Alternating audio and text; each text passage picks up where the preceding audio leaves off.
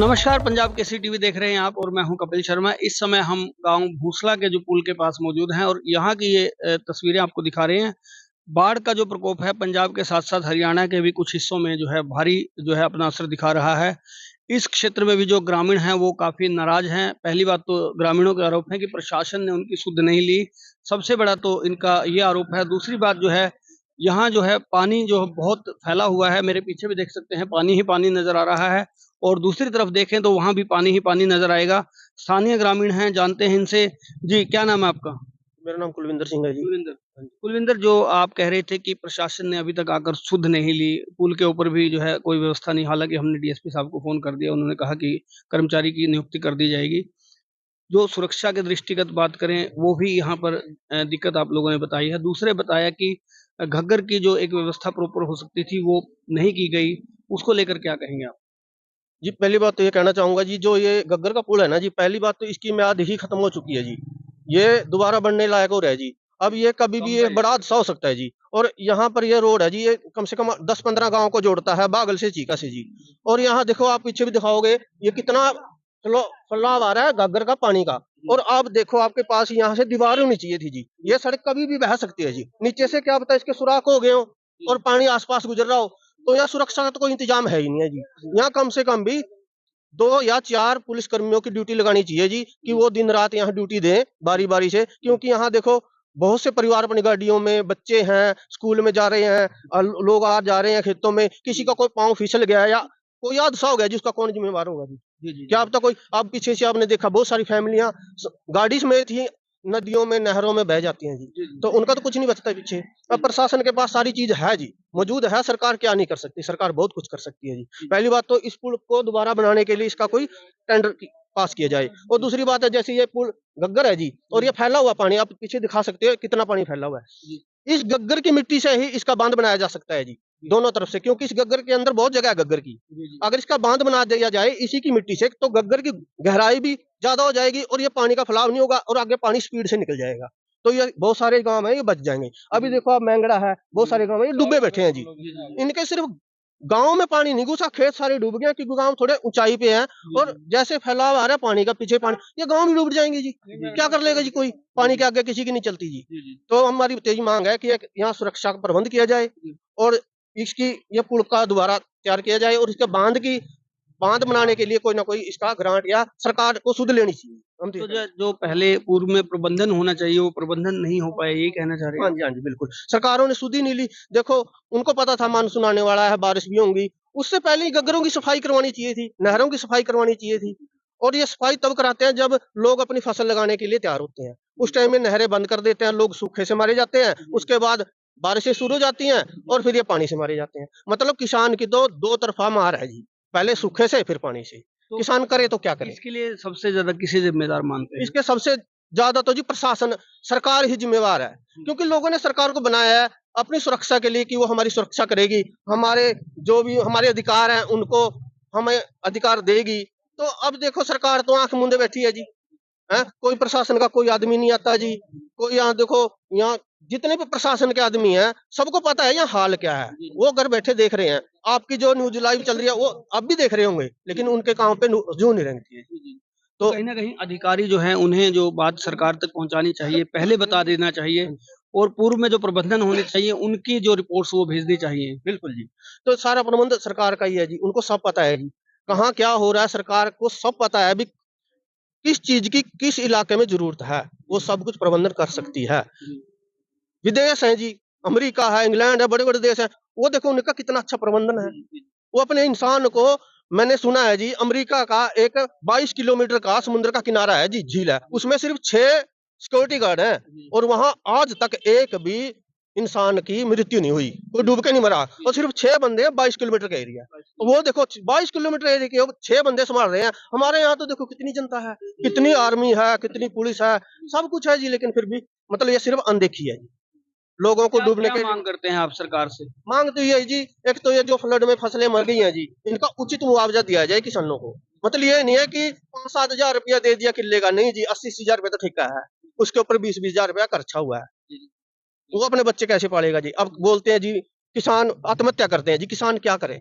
जी, जी। किसान की कोई सुध ही नहीं लेता, ना सरकार लेती, ऊपर से परमात्मा है, रब है, ये भी पीछे पड़ जाता है जी। अब 1.5 महीना हो गया बारिश ही नहीं हट रही है जी, हर रोज बारिश होती है। उसके ऊपर से सरकार है जी, बड़े बड़े उद्योगपतियों को तो अरबों रुपए का लोन देती है, कर्जा देती है, और वो राइट ऑफ कर देती है, मतलब माफ कर देती है। और किसानों का 1 रुपया अगर कर्जा हो जाए ना, उसके घर के ऊपर ताला लगाने आ जाती है, उसकी जमीनों के ऊपर कब्जा करने आती है। हम मांग करते हैं सरकार से जी, उचित मुआवजा भी दिया जाए और ये पानी का उचित प्रबंधन किया जाए जी। जी, दो आपका जी ਦੋ ਆਪਣੇ ਇੱਕ ਤਾਂ ਉਹ ਹੋ ਗਿਆ ਦੇਵੀਗੜ੍ਹ ਵਾਲਾ ਸਿਹਾਲੀ ਵਾਲਾ ਘੱਗਰ ਉਸ ਦੇ ਵਿੱਚ ਦੇਖੋ ਪੰਜਾਬ ਦਾ ਜਿੰਨਾ ਵੀ ਘੱਗਰ ਦਾ ਏਰੀਆ ਆ ਸਾਰਾ ਉਹਨਾਂ ਨੇ ਕਵਰ ਕਰਿਆ ਆਗੇ ਪਾਣੀ ਹਰਿਆਣੇ 'ਚ ਬਾਹਰ ਨਿਕਲਦਾ ਉਹਦਾ ਉਸ ਪਾਣੀ ਨੇ ਜ਼ਿਆਦਾ ਰੋਕ ਲਾਈ ਆ ਉਹ ਜਾ ਕੇ ਦੇਖੋ ਕਿੰਨਾ ਪਾਣੀ ਖਿਲ ਰਿਹਾ ਆਪਣੇ ਏਰੀਏ ਤੋਂ ਬਿਨਾ ਪੰਜਾਬ 'ਚ ਜਾ ਕੇ ਦੇਖੋ ਕਹੀਂ ਪਾਣੀ ਹੈ ਕਹੀਂ ਪਾਣੀ ਨਹੀਂ ਹੈ ਉਹਨਾਂ ਨੇ ਆਪਣਾ ਪੰਜਾਬ ਵਾਲਿਆਂ ਨੇ ਪ੍ਰਬੰਧ ਕਰਿਆ ਆ ਤੇ ਇੱਧਰ ਕੋਈ ਪ੍ਰਬੰਧ ਨਹੀਂ ਦੋਵੇਂ ਪਾਸੇ ਪਾਣੀ ਪਾਣੀ ਆਪਣਾ ਹਰਿਆਣੇ 'ਚ ਆ ਕੇ ਹੋਇਆ ਇੱਕ ਨੰਬਰ ਦੂਸਰਾ ਨੰਬਰ ਇਹ ਆ ਜੇ ਮੁਆਵਜ਼ਾ ਪਹਿਲੀ ਗੱਲ ਤਾਂ ਮਿਲਦਾ ਹੀ ਨਹੀਂ ਅਗਰ ਜੇ ਕਿਤੇ ਮਿਲਦਾ ਵੀ ਆ ਨਾ ਥੋੜਾ ਬਹੁਤਾ ਕੀ ਹੁੰਦਾ ਜੋ ਬੜੇ ਲੋਕ ਜੋ ਉੱਚੇ ਪਾਸੇ ਵਾਲੇ ਲੋਕ ਆ ਬੜੇ ਲੋਕ ਆ ਉਹ ਤਾਂ ਜਾਂਦੇ ਲੈ ਜੋ ਗਰੀਬ 2-4 ਕਿੱਲਿਆਂ ਵਾਲਾ ਉਹਨੂੰ ਨਹੀਂ ਮਿਲਦਾ ਜਿਹਦੀ ਚੱਲਦੀ ਆ ਉਹ ਲੈ ਜਾਂਦਾ ਗਰੀਬ ਆਦਮੀ ਨੂੰ ਕੋਈ ਨਹੀਂ ਪੁੱਛਦਾ ਅੱਜ ਤਕੜੇ ਦੀ ਆ ਸਾਰੀ ਜਾਇਦਾਕਾਰ ਮਾੜੇ ਨੂੰ ਕੋਈ ਨਹੀਂ ਪੁੱਛਦਾ ਤੋ ਇਸ ਤਰ੍ਹਾਂ ਦੇ ਕੋਈ ਪ੍ਰਬੰਧ ਹੋ ਜਾਣ ਉੱਤੇ ਵੀ ਨਦੀ ਤੇ ਵੀ ਬੰਨ ਲੱਗ ਜਾਏ ਇੱਕ ਘੱਗਰ ਤੇ ਵੀ ਲੱਗ ਜਾਏ ਸਾਨੂੰ ਮੁਆਵਜ਼ੇ ਦੀ ਲੋੜ ਹੀ ਨਹੀਂ ਸਾਡੇ ਇਹ अपना दाने हुंदे हो जाण सानू मुआवजे की जरूरत नहीं सानू इन्हां दे प्रबंध कर देण।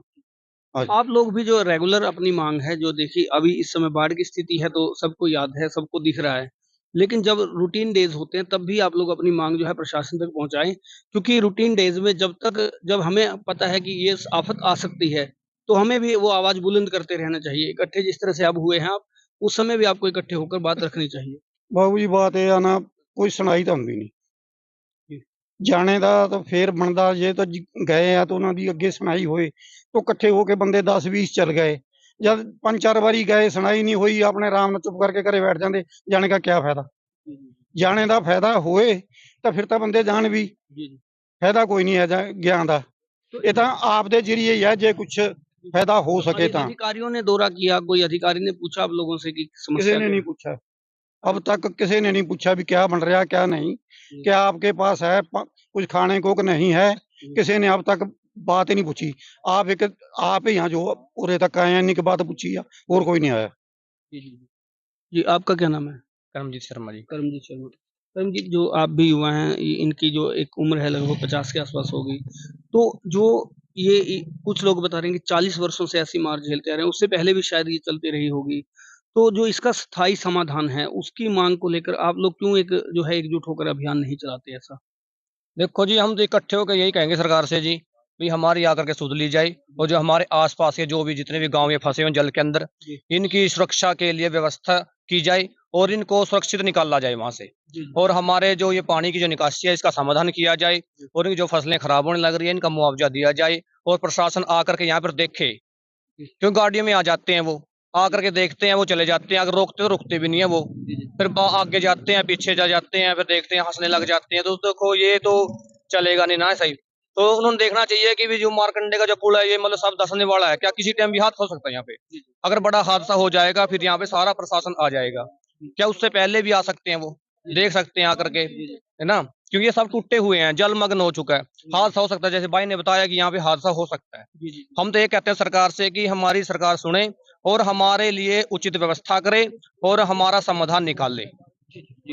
तो देखिए यहाँ ग्रामीणों की मांग है कि जो उचित व्यवस्था यहाँ पर हो उनके जो ये पुल की जो बता रहे हैं कि पुल वीक हो गया है हालांकि इसका डिसीजन तो जो है संबंधित अधिकारी करते हैं क्योंकि पुल की जो कितनी उसमें ताकत बची है वो निर्णय वो करते हैं और टेक्निकली जो बात आ जाती है उसको तो हम नहीं कह सकते लेकिन ग्रामीणों को ज्यादा बेहतर पता होता है क्योंकि आसपास रहते हैं पुल के समीप रहते हैं और यहाँ देखिए ये दिखा सकते हैं यहाँ कह रहे हैं कि रोड यहाँ से टूटना शुरू हो चुका है और ये वाकई यहाँ से सड़क जो है नीचे से यहाँ से मिट्टी गिरी हुई है मिट्टी दरकी हुई है यहाँ से ये भी आप देख सकते हैं और पानी की वजह से शायद हो सकता है नीचे से जो है चूहों ने जो बिल बना रखे और उससे पानी क्रॉस होकर जो है थोड़ी थोड़ी मिट्टी का कटाव हो और सड़क भी कहीं से भी एक जगह से धंस सकती है ऐसा भी नुकसान हो सकता है।